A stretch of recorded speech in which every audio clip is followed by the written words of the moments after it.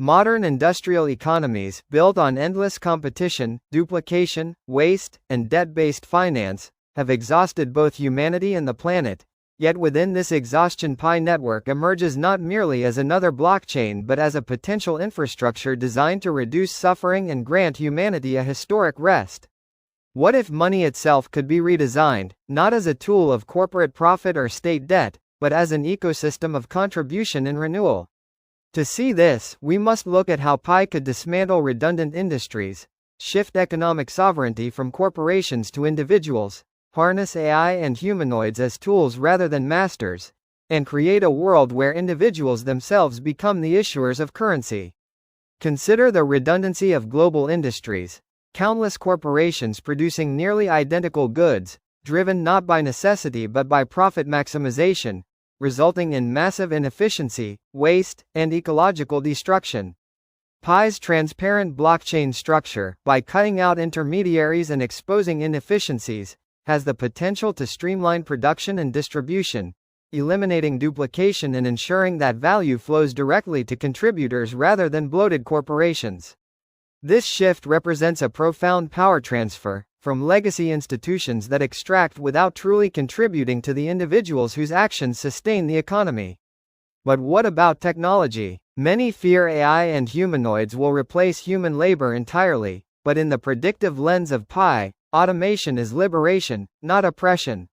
AI and robots absorb the burdens of mechanical, repetitive work, allowing humans to redirect their energy toward creativity, innovation, empathy, and community building, the uniquely human dimensions of contribution that machines cannot replicate.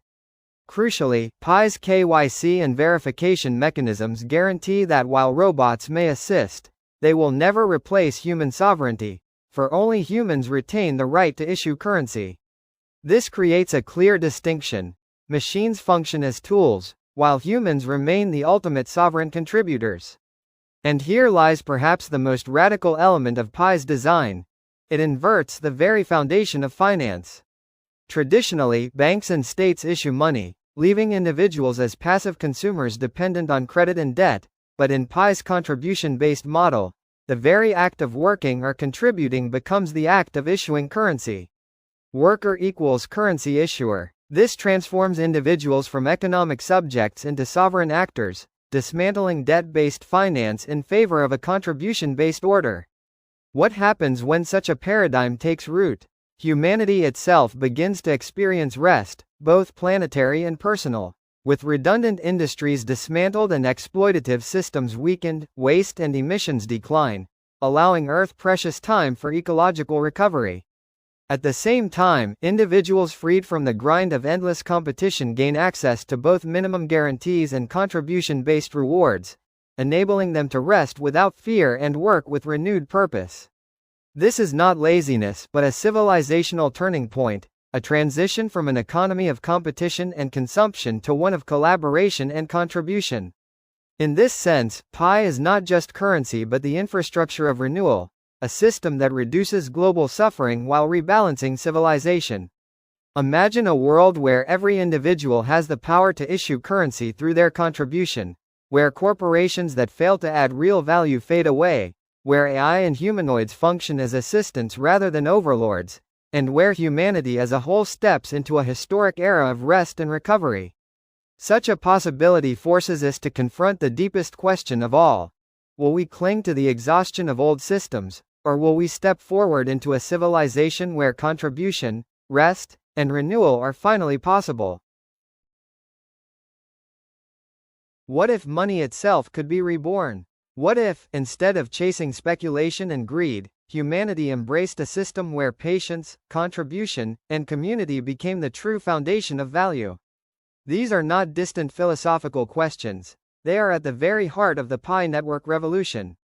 After February 20, 2025, when the Pi core team announced the designation of authorized exchanges, the launch of community-level domain auctions, and the activation of the Pi Ads platform, excitement erupted across the Pi community. Some pioneers immediately concluded that the long-awaited open mainnet had already begun, and that decentralization was complete.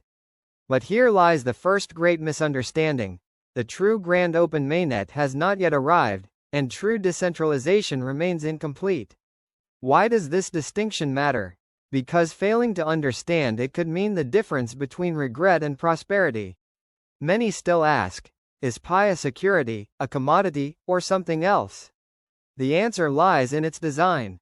Unlike speculative cryptocurrencies, pi transferred to authorized exchanges is not classified as a security. It is recognized as a means of payment, an actual currency. The blockchain itself permanently records the exact fiat value paid for each pi, ensuring that if you purchased pi for 70 cents, it will forever store 70 cents worth of value. If you bought it at $1.50, it holds $1.50. No more, no less. This mechanism prevents pi from becoming a casino chip in a speculative frenzy. Instead, pi positions itself as money in its purest sense, stable, transparent, and trustworthy. Shouldn't money be about security, not gambling? But what about mining rewards? Here the story deepens. Mining rewards issued from the core team wallet are fundamentally different from purchased pi. They are not tied to paid value but represent labor, contribution, and the sweat of pioneers. They embody the founder's commitment to protect those who carried the project through its earliest days. In this sense, every mined pi is not just a token but a historical record of participation in building a new civilization. Purchased pi, on the other hand, only stores the monetary value paid for it. It will not miraculously multiply in worth simply because someone hopes it will. Those who bypass contribution and expect speculative windfalls will find themselves facing disappointment. And yet, the Pi network's design doesn't stop there. Operating quietly in the background is a hybrid blockchain plus AI monitoring system spanning over 240 countries. Decentralized nodes maintained by pioneers feed into cutting-edge AI that analyzes every transaction, transfer, and wallet in real time. Why? To prepare for the inevitable rebalancing. Before and after the grand open mainnet, it is highly likely that pi obtained through exchanges will be automatically adjusted to align with actual payment value or the average market price. This safeguard ensures fairness, sustainability, and prevents the corruption of pi's economic model by speculative greed. Which system would you trust more? One that allows wild manipulation, or one that prioritizes fairness and longevity?